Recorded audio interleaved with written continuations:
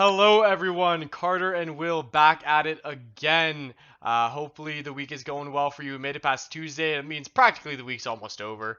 At this point in Yeah, time, we are going to go over CLG, which in my opinion, Carter and I were talking a little bit about it before we got on here.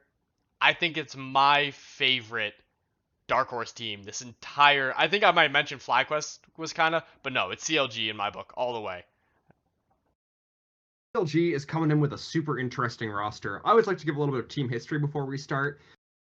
Excuse that. CLG and TSM are two of like the oldest teams in the league, and it's kind of funny.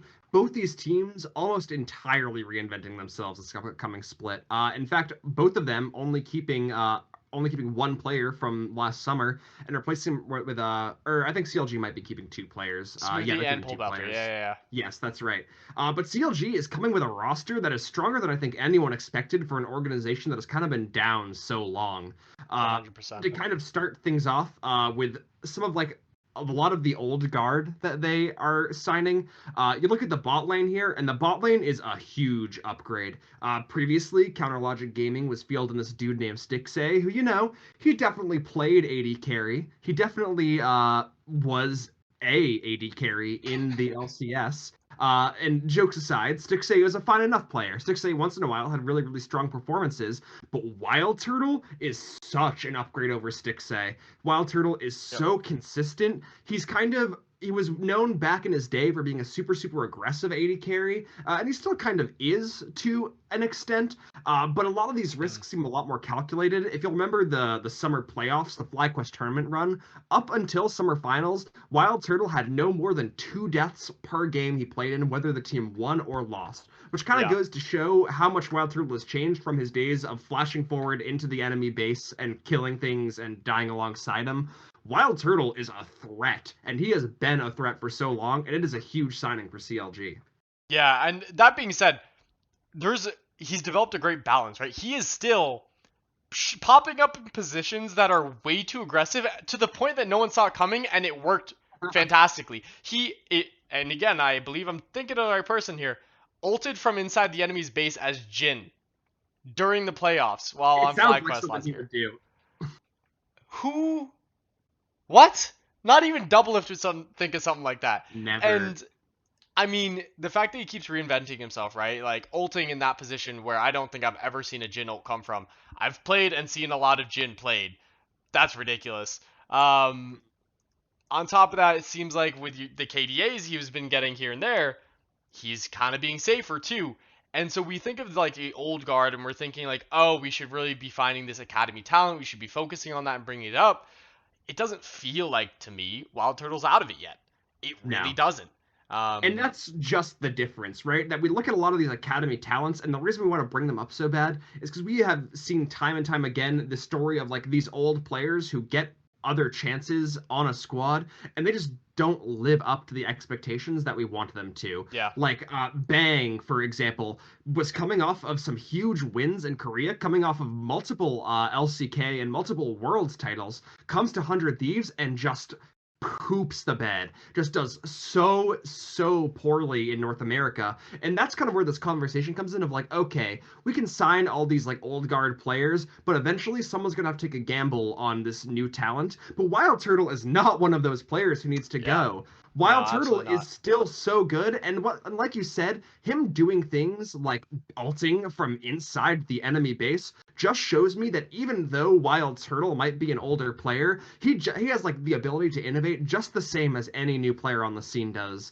Yeah, There is kind of always a risk that Wild Turtle, like as we mentioned, he is an older player. He is getting old. Eventually, he's gonna have a bad season. And like even if I love Wild Turtle, look at his competition. Players like Tactical who outpaced him. yep, Players like Sven are super good. I would say FBI last season was better than Wild Turtle. So yep, it's kind of hard to say definitively that he is the best AD carry right now. But like he's definitely super, super good. And I'm really yeah. excited just to see, if nothing else, how this goes for Counter Logic Gaming. Yeah, and absolutely. And we've talked about this whole thing, right? Where the ADC and how well they do, and the support and how well they do, in part matters on the it matters what the other is, right? If you have, I think we were talking about EG yesterday, and we were Yeah. talking about Ignar's fantastic. No one's ever going to dispute that, but he's with Deftly. So how well can Ignar do in lane if he's not roaming? Yeah. Um, WildTurtle is not going to be held back by Smoothie. No, Smoothie is so good. It's also kind of important to mention that Smoothie's role in this roster, Smoothie is a shot calling support, and that is Mhm. kind of what Smoothie has always been. That is why C9 kept Smoothie for so long. That is why TSM signed Smoothie. I think it was 2018 they 18, had 18, Smoothie. yeah, yeah, Yeah, yeah. 2018 they had Smoothie on For the the roster. 2019 season, that's what it was. Yeah, yeah. Yes, that's exactly, yeah. They had Smoothie on the roster for that. So Smoothie's job isn't really to be like the super, super strong laner. Smoothie's job is to kind of cohesively keep CLG together. But Smoothie's a really good support. Smoothie paired with WildTurtle 2 kind of has this interesting byproduct of both of these players are kind of old guard E players. Hmm. Smoothie and WildTurtle both have been around for a while. They know what it takes to be a really good AD carry and support combination, and neither of them are like huge, huge aggressive personalities either, which is kind of a theme we can continue to talk about as we talk about the rest of this Counter Logic gaming roster. So Yeah. even though like WildTurtle and Smoothie haven't played with each other before, I really, really think they're going to be doing pretty well this season. Oh, absolutely. And if we're talking about people coming onto this roster with great history, get great experience, we have Pobelter obviously in the mid lane as well, Uh, who I retain the fact he's not top three in the LCS, but I think he's number four. I think he's kind of dead set number four in the Fair. LCS right now. I think he's very consistently a good player, someone with a lot of great experience, someone who did he bring CLG their victory in 2015, was it, against Yes, TSM, I think, in the summer he was on playoffs. that squad with Double Left. And funnily enough, Yep. back when after franchising happened, he brought victories for Team Liquid. He was Liquid's mid laner before Jensen was. Yeah. And he won 2 titles there. Pobelter also was brought on kind of late into the season after I think he'd doing some coaching on Team Liquid to CLG. After CLG was definitely a 10th place team, and he brought him to ninth, which none of the previous Counter Logic gaming players were doing. So, like, while I contend that Pobelter isn't a top tier talent in the mid lane, you have players like Perks that definitely outclasses Pobelter. Like Sure. the top three we always talk about are Perks, Pobelter, or sorry, Perks, Power of Evil, Jensen. And Yes. Pobelter isn't outclassing any of those three, but he's so consistent and he's really good. He Yeah. carried CLG to almost every win that they had in the late summer of last year. But this time, Pobelter will not be held back by, if I'm being honest, a weaker team surrounding him. Oh, So I'm really absolutely. excited to see what Pobelter can do on the squad. Oh, absolutely. I mean, I want to go, reference his game history and his KDAs and what champions he did well on versus not so well on last year. But it's kind of it's just unfair to look at it when CLG was a ninth, 10th place team with Pobelter trying to bring them along for the ride, right? A lot Yeah, of the time, Smoothie not able to call the shots and have it go the way he wanted a lot of time. yeah. If you're But calling this shots is that a stick, say. completely different roster. Pobelter has a ton of carry potential right now. He has the Syndra, he has the Azir that he can be playing if he so desires, and he has some really strong help from the jungle. Broxa is, I Mr. mean, Broxa. yet another fantastic jungler that we're seeing in the LCS. I feel like we keep hitting a new fantastic jungler every time, every team we talk about. The jungle talent is awesome this year. I'm just gonna say it. I'm having a lot of, as a jungle main, I'm having a lot of fun, and I'm gonna have a lot of fun watching all this pathing. If I don't get better at jungle, that's on me, because there's plenty of opportunity to learn this year. But Brox is one of those players where he can really start to pop off if he needs to. He has been really stuck in this kind of area of, I need to get done what my team needs to get done on Team Liquid, right? What does Jensen need, sort of thing. What does Double Lift need? What is double if need? We heard plenty of things, I think even from Broxy here and there, about that culture there. Not really, it just didn't really mesh, and that's not what we're gonna have now, right? The Yeah, CLG squad, it feels like it already meshes, right? Pobelter yeah, can play the carry, he can play the TF as well. He can play something that turns on to Broxa. So Broxa can do effectively whatever he wants. He's a fantastic Graves, and Graves is in a fantastic place. Pop off. go for it. There's no reason he Yeah. can't do that right now. Yeah, no one is going to contend that Broxa had the best season last year. He definitely didn't. But like Will was saying, it's really not fair to 100% attribute that entirely to Broxa. Whereas personally, this is just my opinion, a lot of that can be seen as a result of Broxa needing to fill a certain role on Team Liquid, of not getting any really help or resources to help him succeed. And Hmm. his only job was to make his team succeed and let them do their thing. And that is Yeah. not the kind of player that Broxa was on Fnatic. On Fnatic, Broxa was a super high tempo jungler who had the potential to carry all by himself. And Yep. when you kind of strip that identity away from him, he kind of needed to figure out how he could figure. He needed to figure out. Yeah, he needed to figure out how to play this role. Then he Yeah. needed to like identify how to change his play style to play this role that Liquid was asking for him. And by the time he figured out how to do that, it was like already playoffs time, and Broxa Yep. just didn't have enough time to adapt. Broxa, Yep. like you mentioned, has also talked a lot about Broxa has a very strong mental game and very much values players who have like a very good culture around them. Counter Logic Gaming back in the day was one of the first teams to hire a regular sports psychologist onto their squad to talk about like the psychology of like teamwork and communication and stuff like Hmm. that. So Hmm. if Brox is looking to go to a team where the culture is better, CLG is probably the best he could have done. Yeah, yeah, absolutely. And I mean, I think everyone knows this, and everyone who plays League knows this too. When you are sitting in front of a computer playing the same game, I don't know, 10 games in a row or something, Mm. your mental's out of whack. If you don't like the people you're playing with, or um, especially if you play with them every single day, that's gonna get bad, right? And Playing the stuff same happens at boring every play game. style that Team Yeah. Liquid is asking you to play. Yeah. So I think he's gonna really do well here. And kind of this final lane is the top lane with Finn. And I know there's some grumbling about getting Finn from Rogue. I think some people You feel mad? it wasn't as much value as they should have gone for. To be frank, Rogue killed it, and Finn did very well on that team Yeah. this past year. And what's interesting is that he's not, again, not that carry top laner per se that we've been talking about, except for his Renekton. His Renekton is ridiculous, It's a but bully. even within that space, right? He plays a Gangplank, he plays the Renekton a lot, he played the Ornn a lot. These are not champions that you need to focus on. Gangplank is No, there not at as a all. support to everyone else. Ornn is kind of quite literally a tank support in the top lane to everyone else. He just gives everyone better things, right? He's there to CC everyone. Even his Renekton, right? He during the summer, LEC summer last year, he was 4-0 on Renekton, and he had an average of just shy of 6 assists per game and only 3 kills per game. That means his Renekton was even complementing everyone else and getting them ahead. This is kind of the player that you want if you're trying to get your Broxa to suddenly pop off. Or maybe you want Pobelter that game to pop off on Syndra. Or maybe today's the day where WildTurtle gets to pop off. The fact of the matter is, you don't know where this team is going to come at you from. You frankly just don't. Every single one of them has carry potential and plays champions with carry potential. Finn just fits very nicely in supporting the other three. And like maybe there are players who are better than Finn that CLG maybe possibly might have been able to sign. But do you remember who Counter Logic Gaming's top laner was before then?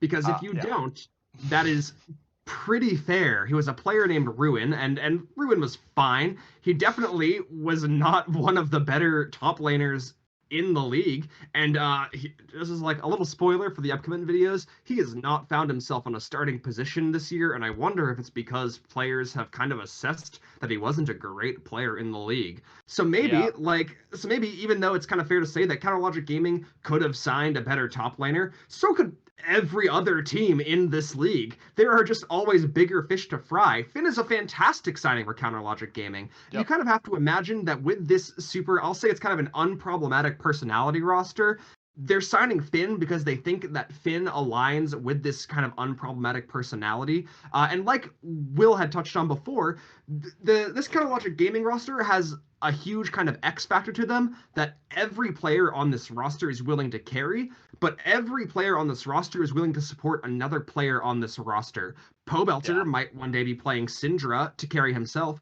Pobelter the next day might be playing Galio to help WildTurtle carry. exactly. WildTurtle might be playing a super hyper carry like Caitlyn, or maybe or like Jin, I guess, is the current Yeah, meta probably Jin. equivalent. Maybe the next day he's playing someone like Caitlyn for that trap control. Maybe Broxa is playing Sejuani one day, Lee Sin the next, and kind of all of these Yeah, pieces of counter logic gaming, save maybe Smoothie for obvious reasons, that being he is the support of the team and none of the onus to carry was really ever on him for that sure. reason. Yeah, yeah, Have the ability to carry, and all of them also have the willingness to support their carries. Whereas you look at a team like Team Liquid, I'll give you another spoiler. Jensen's not the kind of guy who really likes to play Galio. Even if it's an AD carry meta, Jensen wants to be playing these high damage mages, sometimes these assassins that'll get himself ahead and let him carry, and it works yeah. for him, right? But CLG conversely becomes really interesting in the pick ban phase because you never know what strategy that they're going into the game with unless the strategy is just super, super domineering in the meta. Yeah, I think honestly your best hope is to pick ban in a way that forces them to pick a comp that you can try and deal with, and hope that's the comp they go with based off your own bans. But that's such a chess match when you yourself don't necessarily have the resources to always be ready for that. It'll vary team by team, obviously.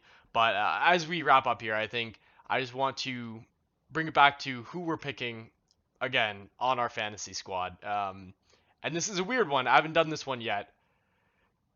I'm picking the CLG team. On a fantasy squad, typically you gotta get your 5 positions you pick for, maybe a flex as well to add on.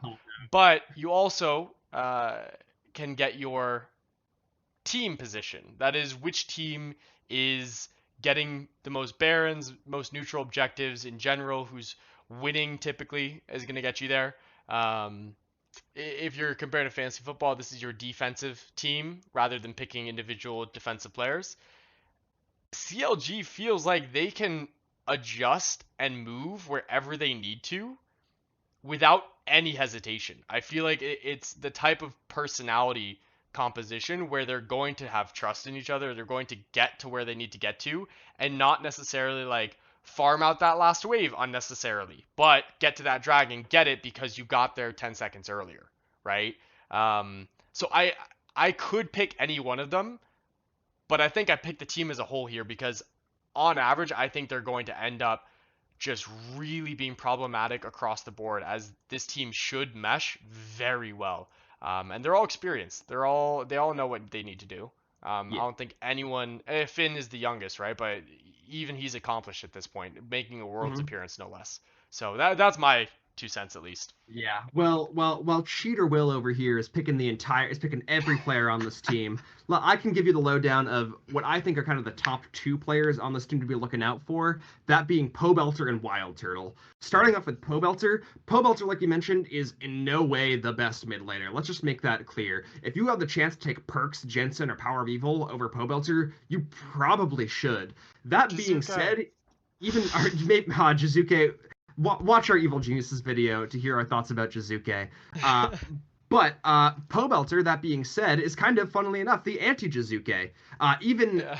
when Pobelter is kind of, his team is losing, Pobelter is oftentimes putting up decent performances. On Counter Logic Gaming in past, even when Counter Logic Gaming as a team was floundering, Pobelter was doing fine, and Pobelter was certainly doing better than his other teammates. So I Yeah. think Pobelter's a really safe pick, and as long as we're talking about safe picks, I think kind of the stronger player to go with is WildTurtle here. Like we've been talking about, WildTurtle is such a great AD carry. He's going to be a lot of the carry potential on this Counter Logic Gaming roster, and like you mentioned, he has this kind of balance of being calculatively,